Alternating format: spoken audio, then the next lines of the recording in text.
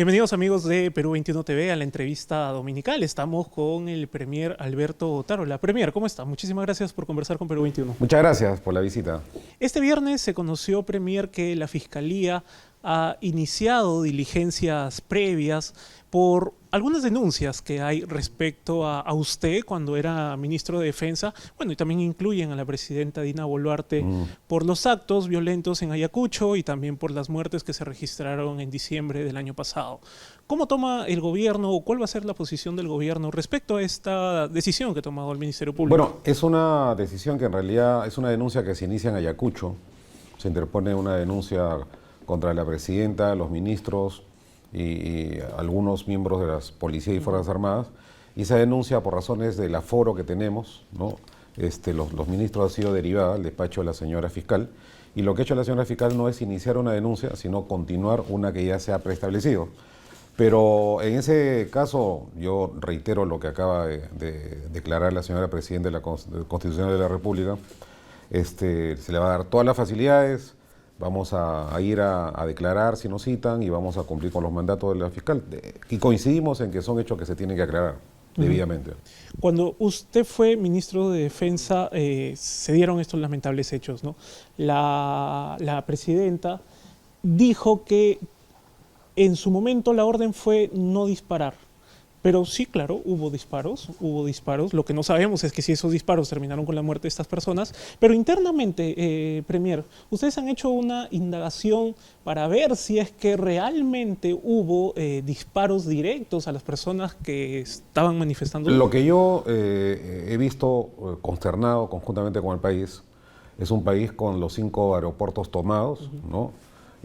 Con más de 200 caminos y carreteras bloqueadas, personas que sufrían con la atención de su salud y la alimentación en estas carreteras bloqueadas, locales de la Fiscalía, los locales de la señora fiscal destrozados, lo mismo que los del Poder Judicial, una, digamos, suspensión forzada de libre tránsito de los 33 millones de peruanos que querían vivir en paz. No, sí, claro, Entonces eso es lo que yo he visto, ¿no? Sí, lo que ha sucedido. Entonces me parece que ahora, en este contexto en que un grupo de manifestantes pretendía tomar el aeropuerto de Ayacucho, es que se produjeron estos lamentables hechos, estas muertes que hemos lamentado.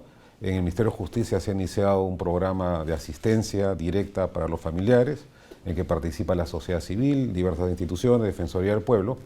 Se le ha dado facilidades a la Comisión Interamericana de Derechos Humanos. Yo particularmente fui el primer funcionario que atendió y le explicó y dio las primeras el primer enfoque desde el gobierno de la Comisión Interamericana de Derechos Humanos, y a la Fiscalía de la Nación se le están dando todas las facilidades, y lo que, digamos, menos tenemos el deber de no politizar en el Ejecutivo estas investigaciones. Así que lo real y cierto es que el gobierno de la presidenta Boluarte ha recuperado la democracia, ¿no?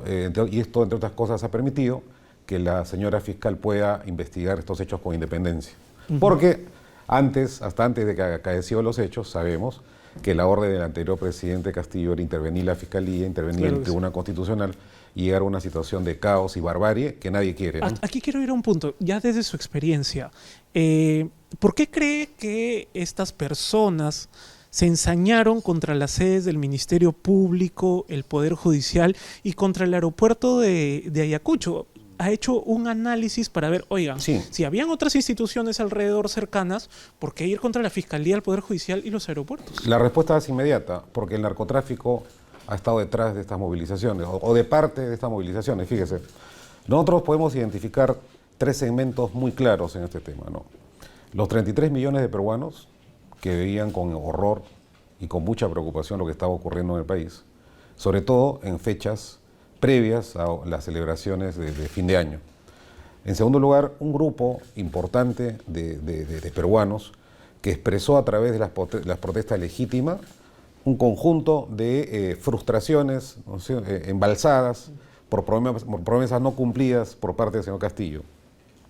Y en tercer lugar, un grupo muy reducido, pero muy organizado y muy violento, de asusadores, de conspiradores contra la democracia, que planificaron la toma de poder, ¿no?, al mejor estilo maoísta, empleando el corte de los aeropuertos, la corte de las vías de acceso a las grandes ciudades en el país, y lo que pretendían ellos era llegar al Congreso de la República, incendiar el Congreso de la República, clausurar las libertades, la libertad de prensa, seguramente encarcelar a los opositores e instalar un gobierno de corte autoritario y de corte antidemocrático. Entonces, eso es lo que hemos tenido y eso es lo que se ha frustrado gracias a las decisiones que tomó el gobierno de la presidenta Boluarte.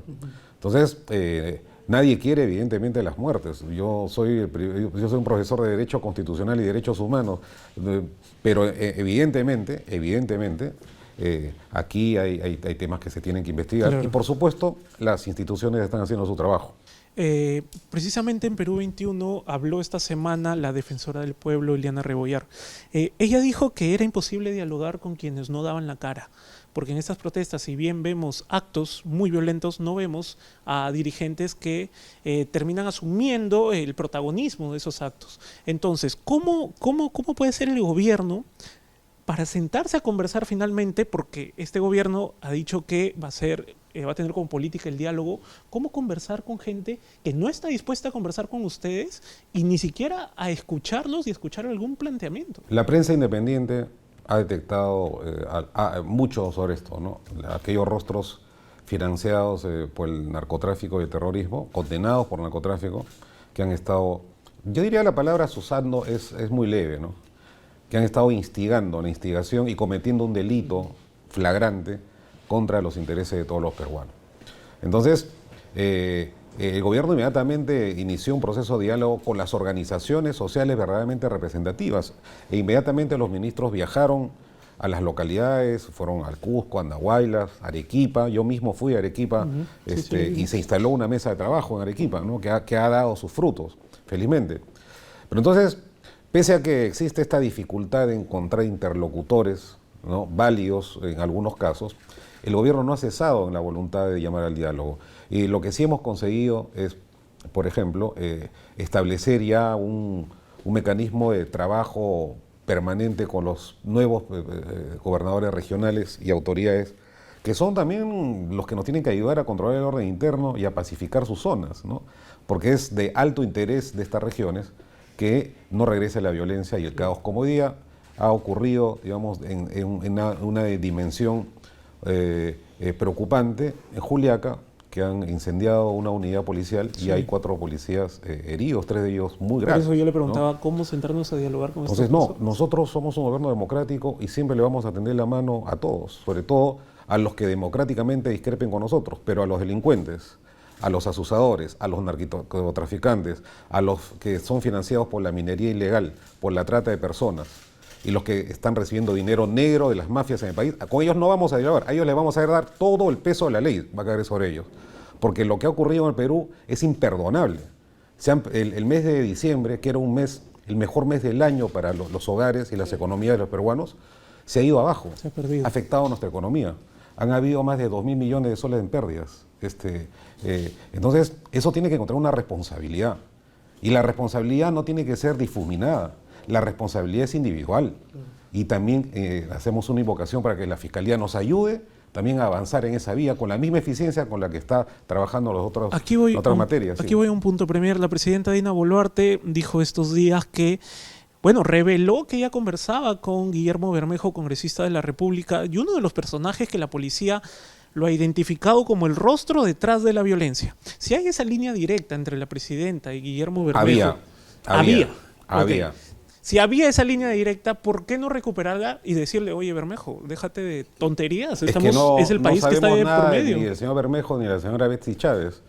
No le contesta el teléfono. Han pasado de ser activistas a favor del gobierno del golpista Pedro Castillo a pasar prácticamente al anonimato. Pero, en fin, existen responsabilidades políticas, pero no olvidemos algo, ¿no?, que es muy importante. Acá ha habido una organización, ¿no? Acá había un financiamiento ilegal y lo que se ha tratado de hacer es derrotar a la democracia e instalar un gobierno de corte autoritario. Eso es lo que se ha evitado. Y yo creo que los peruanos no debemos olvidar esta experiencia porque lo que vimos en la televisión fue un tembloroso presidente leyendo un golpe de Estado y eso ni aquí ni en otro país es broma, ¿no? ¿Por qué el gobierno no le ha puesto claras las cosas a este personaje llamado Evo Morales? ¿Por qué no han tomado una decisión diciéndole el señor no entra más y es declarado persona no grata? Porque desde el Congreso y otros ex embajadores han dicho, bueno, que la Cancillería un poco que está pasiva contra Evo Morales. No, es que, a ver, hemos tenido serios problemas en nuestras relaciones internacionales a través de la manifestación de algunos países con los que hemos tenido tradicionales lazos de hermandad, pero cuyos representantes políticos no han estado a la altura de las circunstancias y digamos, han contribuido inclusive con el clima de violencia en el país. Pero eso ya estamos avanzando. Hemos acudido a la toma de mando del presidente Lula da Silva, hemos hablado con varios presidentes que le han expresado su apoyo directo y reconocimiento a la doctora Boluarte. Y en el caso concreto del señor Evo Morales, nosotros podemos decir dos cosas, ¿no? Uno, que acá el Perú es soberano, independiente de sus decisiones, y que el azuzar y estar permanentemente pretendiendo, influir, sobre todo en el altiplano donde él para dando vueltas muy cerca de Perú. Él quiere mostrarse como el líder Entonces, unificador de la zona andina. Pero no puede haber un liderazgo respecto de alguien que está llamando a la insurrección, y esa es la palabra que él ha empleado. Entonces, vamos a utilizar enérgicamente los mecanismos de nuestra diplomacia directa y los mecanismos administrativos ¿Le están dando y tiempo? sancionadores. No, estamos tomando nota de este tema y sobre todo va a haber una respuesta muy pronta del Estado sobre este tema, porque el Perú no puede de ninguna manera permitir luego de esta grave crisis política y social y económica por la que hemos atravesado, que personas que no son connacionales tengan una actitud injerencista en nuestros asuntos internos.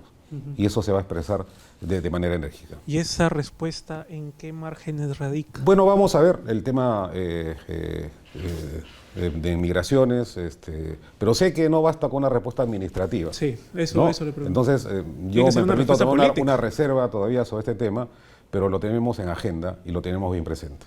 Nosotros no vamos a permitir que ningún presidente, ni expresidente, ni líder, ni persona que no sea connacional se inmiscuya en los asuntos de Perú, sobre todo, afectando los legítimos derechos de los peruanos, la integridad territorial y el derecho a la paz y a la tranquilidad que bien nos ha costado a 33 millones de peruanos. El 10 de enero usted va al Congreso, va a pedir la confianza. ¿Qué es lo que le va a ofrecer a las bancadas?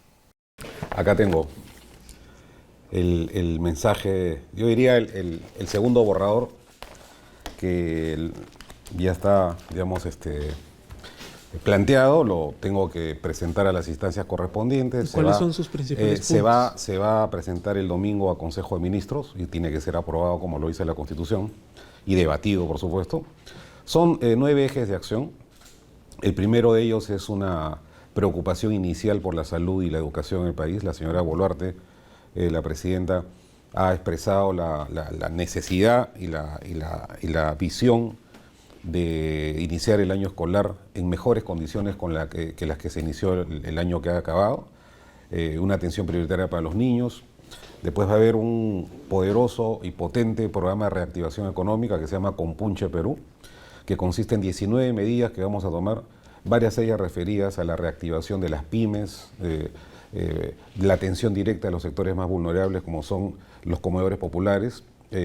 Los comedores populares y las ollas comunales van a recibir un financiamiento y una inyección directa del Estado, porque eso, digamos, no podemos ser tan pasivos ante niños que no toman desayuno, ¿no? Y eso no es aceptable en ninguna sociedad que se dice democrática. Pero también vamos a dar incentivos para el retorno de los capitales, vamos a garantizar las inversiones que están en el país, y lo repito, todo un shock de inversiones que van a permitir, según nuestro objetivo, en los próximos 12 meses subir en 1,2% el Producto Bruto Interno, generar 140.000 puestos de trabajo, mover masivamente lo que hemos denominado el proyecto de masificación de gas natural, que es la ampliación de la red, y esto va a beneficiar a 140.000 peruanos. En fin, una puesta en marcha, destrave de las 2.500 obras que las hemos encontrado en un avance del 7-8% lo que demuestra la incompetencia y la ineficiencia para administrar los fondos del Estado. Y luego, una política de integridad y meritocracia que estamos trabajando a través de las diversas instancias. Entonces, va a haber esta reactivación sectorial, el mensaje se va destrabar estos proyectos en salud. Vamos a anunciar la culminación de aproximadamente 14 hospitales regionales, más de 80 colegios emblemáticos, en fin, todo un conjunto de iniciativas económicas que van a dinamizar nuestra economía y que van a permitirnos avanzar y hacer algo mucho mejor, mucho más eficiente que el desastre que hemos encontrado el año pasado. Lo más probable es que usted obtenga la confianza del Congreso, pero de allí, con este plan, ¿cómo lograr la confianza de la ciudadanía? Como yo hablaba, hace poco entrevistaba a varios gobernadores y les decía, y ellos mismos me decían, nosotros tenemos que hacer las veces del comunicador, del socializador, no basta con ser el gobernador y el gestor, sino que a veces nosotros mismos tenemos que sentarnos con diferentes organizaciones sociales a decirles, hay este plan para ustedes y esto lo tenemos que hacer con ustedes. ¿Están preparados para hacer esa labor de socialización? Sí, el día lunes se va a instalar la mesa del Acuerdo Nacional. Estamos llamando, van a estar, me parece, 15 gobernadores, aproximadamente todos los partidos políticos, y vamos a lanzar el apellido de la democracia que se llama diálogo, ¿no? Entonces, nosotros consideramos que el diálogo entre los peruanos tiene que ser una pieza clave, fundamental para retomar la confianza, y sobre todo el diálogo entre los que discrepan entre sí. Entonces, a través del Acuerdo Nacional, de otros mecanismos institucionales que han sido utilizados adecuadamente por la presidenta Boluarte, por ejemplo, el Consejo de Estado, yo particularmente he participado en los 2 últimos consejos de Estado y créame que es un mecanismo absolutamente pertinente para que los jefes y titulares de los organismos constitucionalmente autónomos discutan cara a cara sobre, no solamente sobre el problema de su sector, sino opinen sobre los problemas del país que finalmente corresponden solucionar para el bienestar de todos los peruanos. Entonces, ustedes habrán podido ver que hemos tenido, casi sin necesidad de anunciarlo o publicitarlo, una política distinta respecto a los medios de comunicación y la atención a la prensa. Nosotros no entramos acá hace necesitamos, es imprescindible el escrutinio de la prensa, absolutamente imprescindible, porque creemos que los mecanismos de rendición de cuentas, la transparencia, la integridad y la meritocracia que pretendemos implantar en todo el gobierno, tiene que ser acompañado con opiniones independientes como la de la prensa. Aquí, para que no se me vaya la idea, cuando yo le pregunté si estaban listos para socializar ese mensaje que usted tiene, ese plan que usted tiene, me habló del Acuerdo Nacional. Pero es suficiente con el Acuerdo Nacional, con convocar a los gobernadores y alcaldes, que muchas veces pierden rápidamente la confianza. Y aparte, partidos políticos que tienen una confianza un poquito baja de la ciudadanía, hasta un poco muy baja, diría yo. Los alcaldes que pierden la confianza muy rápida de las personas que lo eligieron. La iglesia también, pero ¿dónde quedan las organizaciones sociales que no son violentas, pero que sí dicen, oigan, acá nosotros sí reclamamos adelanto de elecciones y bueno, que nos den una explicación? Bueno, el adelanto de elecciones ya se produjo y fue una iniciativa del Ejecutivo. El primer acto que firmamos nosotros en el gobierno fue una ley de adelanto de elecciones, que felizmente el Congreso, ¿no es cierto?, ha aprobado y está pendiente. Claro, pero hay gente en estas organizaciones que no terminan de entender la fecha, el tema de los plazos. Sí. Entonces, con respecto a las asociaciones, o sea, a las organizaciones sociales que expresan su malestar, su protesta, los ministros directamente se están reuniendo con ellas. O sea, tenemos un ministro por cada departamento, ¿no? Y cada ministro está recibiendo directamente las expectativas, las protestas y también las propuestas de solución de estas organizaciones. Y las trae al Consejo de Ministros y acá las vertebramos y tomamos las decisiones que se tengan que tomar. Es decir, existe un mecanismo de contacto directo del gabinete con las poblaciones, especialmente con aquellas zonas de alta conflictividad social. Premier, ya para terminar, la última pregunta. Usted dijo cuando llegó a este despacho que la presidenta le había ordenado fumigar todos los ministerios. ¿Cómo va el proceso de fumigación? Estamos avanzando. Ustedes habrán podido darse cuenta de que se han dado cambios importantes. Faltan todavía algunos cambios. Nos está ganando el día a día, pero que la ciudadanía tenga la plena confianza de que la meritocracia va a regresar al Estado, de que la incompetencia que se instaló en los meses precederos no se va a volver a repetir y que nos vamos a equivocar, somos seres humanos, por supuesto que nos vamos a equivocar. ¿Se equivocaron Pero, con el jefe de la DINI? Nos vamos a equivocar en varias cosas, pero también es bueno corregir en algunas otras. Entonces, en esa perspectiva, de lo que sí tiene que estar plenamente segura la población es que vamos a tomar decisiones. La presidenta ha dicho que no vamos a operar en piloto automático y las decisiones que vamos a tomar siempre van a generar una iniciativa a favor de la ciudadanía y sobre todo a favor de las poblaciones más afectadas por el hambre y la crisis económica. La última, la del estribo. ¿Cómo afectó que la DINI, o bueno, por qué cambiaron en menos de un mes al jefe de la DINI? Es un cargo de alta confianza. Ajá. Yo preferiría dejarlo ahí. Ya se ha puesto a una persona, un especialista de mucho prestigio en el lugar, y esperemos que, como ha sido antes, nos ayude a seguir enfrentando sobre todo a la violencia, a las amenazas contra el Estado. Listo, Premier. Muchísimas gracias. Muy amable. Gracias.